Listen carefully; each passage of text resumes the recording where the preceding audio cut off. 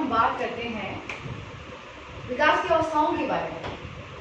हमने last class में पढ़ा था विकास की जो अवस्थाएं होती हैं उसको सामान्य वर्गीकरण में 4 भागों में बांटा गया है: शिशुअवस्था, बाल्यावस्था, किशोरावस्था और प्रौढ़ावस्था। तो आज की क्लास में हम बात करेंगे शिशुअवस्था के बारे में, लेकिन इससे पहले हम थोड़ी सी चर्चा करेंगे गर्भावस्था के बारे में। तो देखिए, जो गर्भावस्था का समय होता है ये 280 से या 280 या 270 इसका एक समय होता है पूरी गर्भाकालीन प्रक्रिया का। ठीक है, अब ये जो गर्भावस्था है इसको 3 भागों में डिवाइड किया गया है, मतलब 3 भागों में इस अवस्था को विभाजित किया गया है। कौन सी देखिए, पहली अवस्था होती है बीजावस्था, जिसे डिंबावस्था भी कहते हैं। ये जो अवस्था होती है यह गर्भाधान से 2 सप्ताह तक चलती है। इसके पश्चात आती है पिंडावस्था, जिसे भ्रूणावस्था या भ्रूणावस्था भी बोलते हैं। ये जो अवस्था होती है ये चलती है 2 सप्ताह से लेकर 2 महीने तक। और जो तीसरी अवस्था है वो गर्भस्थ शिशु की अवस्था है, जिसे को भ्रूण अवस्था भी हम कहते हैं। ये चलती है 2 महीने से जन्म तक। तो इस प्रकार गर्भकालीन जो अवस्थाएं हैं वो भी 3 भागों में बटी हुई है। पहली थी इसमें बीजावस्था, जिसे डिंबावस्था भी कहते हैं। दूसरी इसमें पिंडावस्था है। तीसरी यहाँ पे गर्भस्थ शिशु की अवस्था या भ्रूण अवस्था है। ठीक है, अब हम बात करते हैं जब बालक जन्म ले लेता है। बालक जैसे ही जन्म लेता है, जन्म के पश्चात जो पहली अवस्था आरंभ होती है वो होती है शिशुअवस्था। शिशुअवस्था बहुत ही महत्वपूर्ण है, विकास की सभी अवस्थाएं महत्वपूर्ण हैं। इनसे संबंधित प्रश्न आपके एग्जाम में आते हैं। तो आज की क्लास में हम बात करेंगे शिशुअवस्था के बारे में। देखिए, शिशुअवस्था, इन्फेंसी। देखो, पहले शब्द पे ध्यान दो। इन्फेंसी, ये जो शब्द है ये इन्फेंट शब्द से ही बना है, शिशु। अब हम बात करते हैं इन्फेंट शब्द का। ये जो शब्द है ये इन और फेरी 2 शब्दों से मिलकर बना है। और ये जो शब्द है वो कौन सी भाषा से मिलकर बने हैं? लैटिन भाषा से। यहाँ पे देखिए, इन का अर्थ होता है अयोग्य और फेरी का अर्थ होता है बोलना। तो इन्फेंट यानी शिशु या शिशु जो कहते हैं उसका अगर हम शाब्दिक अर्थ निकालेंगे इसके आधार पे तो होगा बोलने की अयोग्य अवस्था, वही है शिशुअवस्था। देखिए, जो शिशुअवस्था होती है जब नवजात शिशु होता है तो वो चलता है जन्म से लेके 2 सप्ताह तक। ये जो प्रोसीजर होता है, ये जो पीरियड होता है वो होता है शिशुअवस्था का। तो यहाँ पे जो बालक होता है वो बोलने में क्या होता है? अयोग्य होता है। उसी आधार पर इसका नाम क्या पड़ा है? इन्फेंट। ठीक है, अब हम बात करते हैं उस एज ग्रुप की, उस आयु वर्ग की जो कि शिशुअवस्था के अंदर आता है। तो देखिए, सामान्य वर्गीकरण में हमने पढ़ा था कि 0 से लेकर 5-6 वर्ष तक की आयु का जो बालक है वो कौन सी अवस्था में है? शिशुअवस्था में है। तो यहाँ देखिए, 0 से 5 वर्ष तो कंप्लीट, और 6 वर्ष जो होता है वो आरंभ तक क्या चलती है? शिशुअवस्था। यानी कोई बालक 3 वर्ष का है या 4 वर्ष का है या 5 वर्ष का है तो वो कौन सी अवस्था में चल रहा है? शिशुअवस्था में चल रहा है। ठीक है, तो अब देखिए, ध्यान देने योग्य बात क्या है कि जो शिशुअवस्था है इसको 3 भागों में विभाजित किया गया है। कौन सी? पहली है नवजात शिशु अवस्था। ये जो अवस्था है ये चलती है जन्म से 2 सप्ताह तक। उसके पश्चात होती है बचपनावस्था, जो चलती है 2 सप्ताह से लेकर 2 वर्ष तक। ठीक है, और तीसरा जो भाग है वो है पूर्व बाल्य अवस्था, जो है 3 से 6 वर्ष तक। देखिए, ये तीनों ही किसके भाग है? शिशुअवस्था के, लेकिन अलग अलग भागों में बांटा गया है। यहाँ पे नवजात शिशु को हम लेंगे 2 सप्ताह तक, बचपनावस्था तक होगी आपकी 2 सप्ताह से 2 वर्ष तक, और पूर्व बाल्य अवस्था होगी आपकी 3 वर्ष से 6 वर्ष तक। अब देखिए, कोई एग्जाम में कोई प्रश्न आ जाए जो 3 से 6 वर्ष की बालक के लिए हो, तो यदि ऑप्शन के अंदर शिशुअवस्था नहीं लिखा है तो आप क्या लिखोगे? पूर्व बाल्य अवस्था। पूर्व बाल्य अवस्था क्या होती है? 3 से 6 वर्ष की होती है, जो कि किसका भाग है? शिशुअवस्था का ही भाग है। क्योंकि देखिए, 0 से लेके 5-6 वर्ष तक जो बालक है वो किसमें आते हैं? शिशुअवस्था में। तो हम शिशुअवस्था को 3 भागों में पढ़ेंगे। इन तीनों भागों की अलग अलग विशेषताएं होती है, इसके बारे में हम बात करेंगे। ठीक है, इसकी चर्चा हम बाद में करते हैं। उससे पहले हम बात करेंगे शिशुअवस्था की परिभाषाओं के बारे में। कुछ कथन, कुछ परिभाषाएं दी है कुछ मनोवैज्ञानिकों ने। देखिए, कौन से मनोवैज्ञानिक ने क्या बात कही है शिशुअवस्था के बारे में। और ये जितने भी कथन है वो बहुत महत्वपूर्ण है, आपके एग्जाम में पूछे जाते हैं कि ये कथन कौन से मनोवैज्ञानिक का दिया हुआ है। ठीक है, चलिए पहले स्टेटमेंट पे आते हैं। क्रो एंड क्रो के अनुसार, क्रो एंड क्रो के अनुसार 20वीं शताब्दी को बालकों की शताब्दी कहा गया है। ये स्टेटमेंट बहुत ही फेमस है, first grade, third grade exams के अंदर ये पूछा गया है, तो आप इसको बड़े ध्यान से याद रखिए। 20वीं शताब्दी बच्चों की शताब्दी है, ये किसने कहा है? क्रो ने कहा है। यहाँ बच्चों की शताब्दी कहने का संदर्भ क्या है, इसको समझिए। देखिए 20वीं शताब्दी से पहले जो शिक्षा थी वो कौन सी केंद्रित थी? शिक्षक केंद्रित थी। वहां पे शिक्षक जैसा करता था, जैसा भी एक वातावरण होता था, वो किसकी कंट्रोल में रहता था? शिक्षक के कंट्रोल में रहता था। वहां पे बालकों का कोई रोल नहीं होता था, यहाँ पे बालक निष्क्रिय होते थे। लेकिन 20वीं शताब्दी में जब मनोविज्ञान व्यवहार के विज्ञान के रूप में सामने आया, और ये जो व्यवहारवादी विचारधारा है ये किसके ऊपर केंद्रित है? बाल केंद्रित है। तो 20वीं शताब्दी के बाद हमारी शिक्षा का जो रुझान है, जो केंद्र है, वो शिक्षक से बदल के क्या हो गया? बालक हो गया। इसीलिए कहा जाता है कि 20वीं शताब्दी किसकी शताब्दी है? बालकों की शताब्दी है। और किसने दिया ये स्टेटमेंट? Crow and crow. ठीक है, आगे बात करते हैं गुड एनफ के बारे में। गुड एनफ ने क्या कहा है? देखिए, व्यक्ति का जितना भी मानसिक विकास होता है उसका आधा 3 वर्ष की आयु में हो जाता है। देखिए हमारे मस्तिष्क का समझ लीजिए संपूर्ण विकास इक्वल टू क्या है? 100%। उसमें से देखिए 90% भाग जो बालक का है वो 5 से 6 वर्ष की आयु में विकसित हो जाता है, यानी शैशवावस्था के अंदर 90% मानसिक विकास हो जाता है। और बचा 10% किशोर अवस्था तक जाते जाते जैसे जैसे बालक परिपक्व होता है वैसे वैसे उसका विकास होता जाता है। सिर्फ 10% की बात कर रही हूँ। अब यहाँ देखिए 90% जो कि शैशवावस्था में 5 से 6 वर्ष की आयु में हो जाता है, उसका भी आधा यानी 50% जो विकास है 3 वर्ष की आयु तक हो जाता है। यानी बालक अगर 3 वर्ष का हो गया है तो उसकी मस्तिष्क का विकास 50% हो चुका है। ये किसने कहा है? गुड एडम ने। ओके, अब आगे बात करते हैं स्ट्रेंथ के बारे में। स्ट्रेंथ क्या कहते हैं? जीवन के प्रथम 2 वर्षों में बालक अपने भावी जीवन का शिलान्यास कर देता है। ठीक है, भावी जीवन का शिलान्यास करता है कब? प्रथम 2 वर्षों में। देखिए प्रथम 2 वर्ष बालक के बहुत ही महत्वपूर्ण होते हैं, क्योंकि इस अवस्था में बालक शारीरिक रूप से मानसिक रूप से बहुत जल्दी क्या होता है? सीखता है, ग्रहण करता है। और वो अपना एक जो आधार बनाना होता है बालक का अपना, वो लगभग 2 वर्षों में बालक बना लेता है। तो इस अवस्था में बालक का बहुत ध्यान रखना चाहिए, क्योंकि ये क्या है? ये बालक की नींव बन रही है, ये आधार है बालक का। यदि यहाँ पे इसका हम अच्छा ध्यान नहीं रखेंगे तो बालक भविष्य में अपनी पूरी योग्यताओं का उपयोग नहीं कर पाएगा, जिसकी उसकी जो क्षमताएं हैं, क्योंकि वो डेवलप ही नहीं हो पाएगी तो वो आगे क्या विकसित करेगा? उसका विकास नहीं हो पाएगा। क्योंकि अगर आधार में प्रॉब्लम है, नींव में ही प्रॉब्लम है, तो देखिए आगे विकास कैसे संभव है ये आप भी समझते हैं। इसीलिए स्ट्रेंथ के अनुसार 2 जो वर्ष होते हैं उसमें बालक का बहुत ध्यान रखना चाहिए, क्योंकि ये बहुत ही महत्वपूर्ण काल होते हैं बालक के जीवन में। आगे बात करते हैं हरलोक के बारे में। हरलोक महोदया ने क्या कहा है? देखिए शैशवावस्था जो है खतरनाक और अकेली अवस्था है। खतरनाक क्यों कहा जाता है? देखिए शिशु जो होता है वो बहुत ही नाजुक होता है, वो अभी अभी वातावरण में आता है, नया जीवन देखता है, हर चीज से अनजान होता है, जिसको हर तरीके के खतरे होते हैं। बालक इतना डिपेंडेंट होता है कि वो कोई भी चीज बता नहीं पाता है। इस अवस्था में बालक में बहुत सारी बीमारियां हो जाती है और बालक कुछ बता नहीं पाता है। सबसे बड़ी बात ये होती है, अब सोचिए किसी बालक को कोई प्रॉब्लम हो रही है, छोटा बच्चा है, 1 साल का बालक क्या बता पाएगा कि मुझे मेरे शरीर में ये दिक्कत आ रही है? उसकी वजह से बालक बीमार हो जाते हैं। बहुत सारे बच्चे शिशुअवस्था के अंदर ही मृत्यु को प्राप्त हो जाते हैं। तो ये बहुत ही खतरनाक अवस्था है, बालक को हर तरीके से बचा के रखना पड़ता है, लोगों से, वातावरण से, एक भौतिक वातावरण से, हर तरीके से बालक को प्रोटेक्शन की जरूरत होती है। इसीलिए कहा जाता है ये क्या है? खतरनाक अवस्था है। किसके अनुसार? हरलोक के अनुसार। अकेली अवस्था आप देखिए 0 से लेके 5 वर्ष तक का जो बालक होगा, आप उनके व्यवहार में एक चीज देखिएगा, वो हमेशा अपील करते हुए मिलेंगे। हमेशा बोलेंगे मेरा ये काम कर दीजिए, मुझे खाना दे दीजिए, मेरा बैग दे दीजिए, मुझे खिलौना दे दीजिए, मुझे वो कर दीजिए। कुछ ना कुछ अपील करते हैं, क्योंकि वो डिपेंड करते हैं दूसरों के ऊपर। तो ये बालक की अपीली अवस्था होती है, क्योंकि वो सारा काम करने में खुद समर्थ नहीं होते हैं, अपनी आयु के अनुसार कहते रहते हैं दूसरों से काम करवाने के लिए, तो वो अपील करते हैं। तो खतरनाक और अपीली अवस्था किसने कहा है? हरलोक ने। आगे बात करते हैं वैलेंटाइन। वैलेंटाइन ने कहा है सीखने का आदर्श काल क्या है? शैशवावस्था है। किसने कहा है? वैलेंटाइन ने।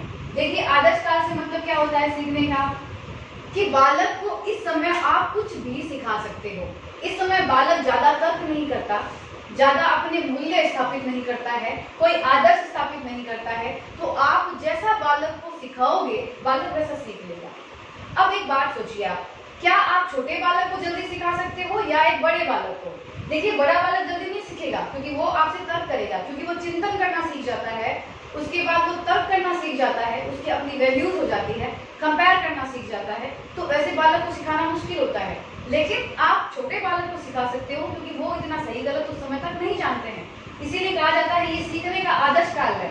आप जैसे भी आदर्श बालक के बनाओगे बालक उसी प्रकार से सीख जाएगा। ठीक है, ये स्टेटमेंट किसका है? वैलेंटाइन का। चलिए नेक्स्ट बात करते हैं जॉन लॉक के बारे में। जॉन लॉक क्या कहते हैं? शिशु का मस्तिष्क कोरी स्लेट होता है जिसे तुबला राशा कहते हैं। कोरी स्लेट को तुबला राशा कहते हैं। कि कौन कह रहा है? John Locke. जैसा कि हमें पता है कि शिशु के लिए हर एक चीज नई होती है, इसी समय वातावरण से ये सब कुछ ग्रहण करता है, सीखता है, तो ये क्या है? एक कोरी स्लेट की तरह है। आप जो कुछ इसके अंदर लिखेंगे वैसा ही उसके अंदर फीड हो जाएगा। देखिए सारे बच्चे एक समान ही होते हैं शिशुअवस्था में, लेकिन कुछ बच्चों के अंदर बहुत अच्छी आदतें होती है और कुछ के अंदर नहीं होती है। कुछ बालक बहुत समझदार होते हैं, हर काम बहुत ठीक से करना जान जाते हैं, और कुछ नहीं सीख पाते हैं। कारण क्या है? देखो वो तो कोरे एकदम स्लेट की तरह है, आप जैसा उसे सिखाओगे वो वैसा ही बन जाएगा। तो ये कौन कह रहे हैं? John Locke. लास्ट देखिए फ्राइड का क्या कहना है। फ्राइड महोदय क्या कहते हैं? बालक को जो भी बनना होता है प्रथम 4 से 5 वर्षों में बन जाता है। ये किसका स्टेटमेंट है? फ्राइड का। क्योंकि देखिए हम लोगों ने अभी बात की थी 90% मस्तिष्क का विकास हो जाता है 4-5 वर्ष की अवस्था तक, और लगभग देखो बालक जो शारीरिक गठन एक शिशुअवस्था के अंदर लेता है, तो आप देखिएगा विकास के सिद्धांत यही कहते हैं कि शिशुअवस्था में जैसा विकास है उसको देख के आप बता सकते हो कि किशोर अवस्था में बालक का विकास कैसा होता है। अगर कोई बालक शिशुअवस्था के अंदर लंबा है तो वो बालक किशोर अवस्था के अंदर भी क्या होगा? लंबा होगा। तो वो आधार बता देता है अपने शारीरिक गठन का। कब तक? 4 से 5 वर्ष की आयु के अंदर। ठीक है, और मानसिक विकास आप देख ही रहे हो 90% तक हो ही जाता है। तो लगभग बालक को जो बनना होता है वो 4 से 5 वर्ष की अवस्था में बन जाता है। ये स्टेटमेंट किसका है? फ्राइड का। अब आप इसका स्क्रीनशॉट ले लीजिए एक बार। अब हम बात करेंगे तीनों अवस्थाओं के बारे में। तो पहले हम पढ़ते हैं अभी नवजात शिशु अवस्था जो कि जन्म से 2 सप्ताह तक है। अब हम पढ़ते हैं कि बालक जन्म से लेकर 2 सप्ताह तक कौन से कार्य करता है, किस प्रकार सीखता है, बालक में क्या क्या परिवर्तन आते हैं, इसके बारे में हम बात करते हैं। आप इसका स्क्रीनशॉट लीजिए।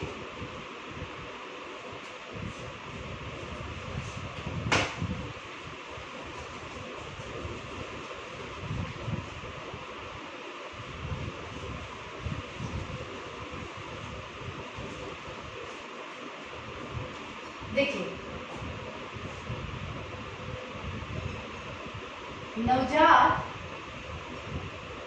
शिशु अवस्था, और ये चलती है जन्म से 2 सप्ताह। देखिए इसमें बालक की क्या क्या विशेषताएं होती है, क्या प्रॉब्लम होती है, कैसे बालक सीखता है, उसके बारे में बात करते हैं। कि शुरू के बालक को आप इमेजिनेशन कीजिए। छोटे बच्चों को हम लोगों ने अपने जीवन में देखा ही है, उसको रिलेट कीजिए। जब मैं आपको पढ़ा रही हूँ तो जन्म से लेके 2 सप्ताह के बालक का एक मस्तिष्क के अंदर आप चिंतन कीजिए कि क्या क्या होता है, तो आप इसको रिलेट कर पाएंगे।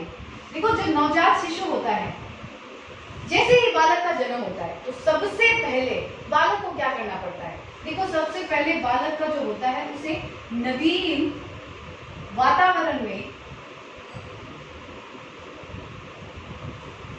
समायोजन स्थापित करना होता है। देखिए गर्भावस्था में 9 महीने रहने के पश्चात बालक बाहर आता है। जब बाहर आता है तो उसको ये हर वातावरण जो उसका बाहरी वातावरण है बिल्कुल नया होता है, और उसमें उसको उस नवीन वातावरण के साथ समायोजन स्थापित करना पड़ता है। देखो उसका प्रभाव हम देखते हैं। आप कभी भी देखना बालक जब जन्म लेता है उसका वजन लगभग होता है 7 से 8 पाउंड। वजन कितना होता है बालक का? 7 to 8 पाउंड। ठीक है, और उसकी जो लंबाई होती है लगभग आप देखिए 19 से 20 इंच इसकी लंबाई आप देखोगे होती है।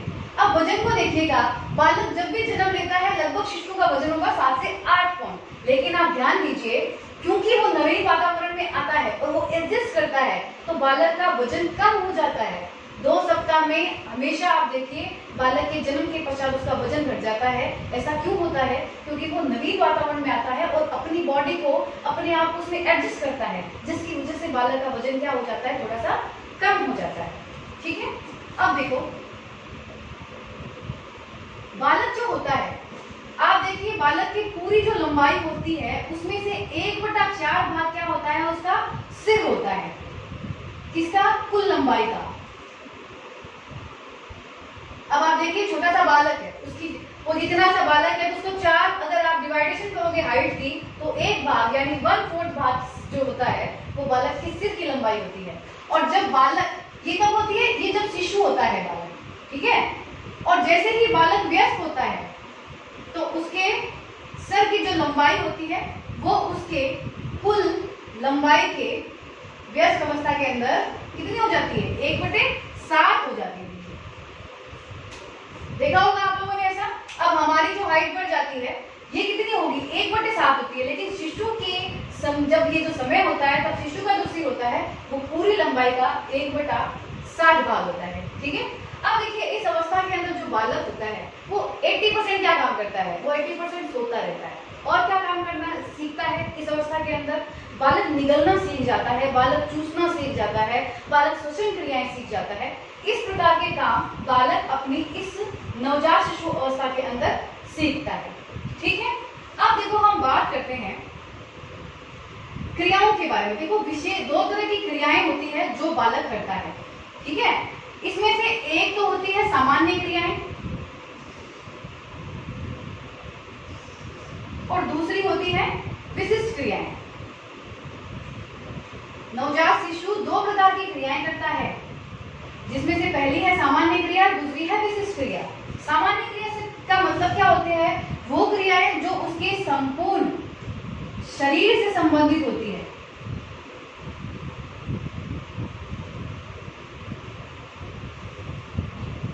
वो क्रियाएं कौन सी होती है? सामान्य क्रिया होती है। देखो उदाहरण के द्वारा समझिए बालक कौन सी सामान्य क्रियाएं करता है। इसका मतलब ये है कि देखिए अगर आप बालक के संग कोई भी व्यवहार करोगे तो बालक का पूरा शरीर उससे संबंधित होता है। जैसे देखिए छोटे से शिशु को आप स्पर्श कीजिए, कहीं भी कीजिए, पर वो बालक अपने पूरे शरीर को हिलाएगा। ये आप देखोगे। अगर उसे भूख लगी है या वो हंस रहा है या वो रो रहा है या उसके शरीर में कोई प्रॉब्लम हो रही है तो आप देखना वो पूरी बॉडी को रोटेट करेगा, तो पूरी बॉडी के अंदर आप मूवमेंट देखोगे, किसी एक पर्टिकुलर जगह पर नहीं। अब हमारा पेट दर्द होता है जब बड़े हो जाते हैं तो हम पेट को इंडिकेट करते हैं कि पेट में दर्द हो रहा है, लेकिन बालक को कोई भी प्रॉब्लम हो जाए या आप उसे टच कर दो, चाहे उसे भूख लगो, कोई भी काम हो, उसका पूरा शरीर क्या करता है? उस समय क्रिया करता है। तो वो कौन सी क्रिया होगी? सामान्य क्रिया। अब देखो विशिष्ट क्रियाएं कौन सी होती है? ये बाहरी उद्दीपक से, बाहरी उद्दीपक के कारण जो सहज क्रिया बालक करता है वही क्या है? विशिष्ट क्रिया। इसी विशिष्ट क्रिया को सहज क्रिया कहा है। और ये होती क्यों है? बाहरी उद्दीपक की वजह से बालक कुछ विशिष्ट क्रियाएं करता है। इसको भी हम उदाहरण के द्वारा समझते हैं कि कुछ किस प्रकार की सहज क्रियाएं बालक करता है जिसे हम विशिष्ट क्रिया कहते हैं। तो देखिए कुछ महत्वपूर्ण सहज क्रियाएं हैं, जैसे बताते हैं आंख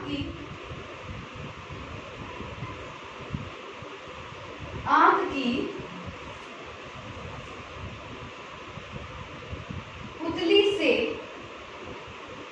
संबंधित क्रियाएं। दूसरी देखिए पैर के तलवे से संबंधित क्रियाएं। तीसरी है चूषण से संबंधित क्रियाएं। चौथी है मांसपेशियों के संकुचन से संबंधित क्रियाएं। ये देखिए ये 4 प्रकार की जो क्रियाएं आप देख रहे हो ये सभी की सभी सहज क्रियाएं हैं जो बाहरी उद्दीपक के कारण बालक करता है। इसी को हम विशिष्ट क्रियाएं कहते हैं। देखिए क्या विशिष्ट क्रियाएं करता है बालक, जो हमने ये 4 ऑप्शन लिखे हैं। तो ध्यान से समझिए आंख की पुतली से संबंधित क्रियाएं। देखो आंख की पुतली मतलब बालक आंख की पुतली को छोटी और बड़ी करना सीखता है। आपको पता होगा बालक अपनी आंखों पे नियंत्रण 3 माह के पश्चात सीखता है। उससे पहले एक ही जगह उसकी नजर रहती है, उसके पश्चात वो आंखों के ऊपर नियंत्रण करना सीख जाता है। फिर बालक अपनी जो आंख की पुतली है उसको बंद, छोटी, बड़ी करनी सीखता है, जिससे वो अपनी आंखों को प्रोटेक्शन देखता है। देखिए, बालक को जब आप अंधेरे से उजाले में ले जाते हो या उजाले से अंधेरे में ले जाते हो तो वो आंखों को बंद कर लेता है, कुछ क्रियाएं करता है, पुतली को सिकोड़ लेता है या बड़ी कर देता है। इस प्रकार की वो क्रिया सीखता है। तो ये कैसे है? आंखों के द्वारा की गई उसकी एक विशिष्ट क्रिया है जो बाहरी किसी कारण की वजह से हो रही है। अगली देखिए, पैर के तलवे से संबंधित क्रियाएं।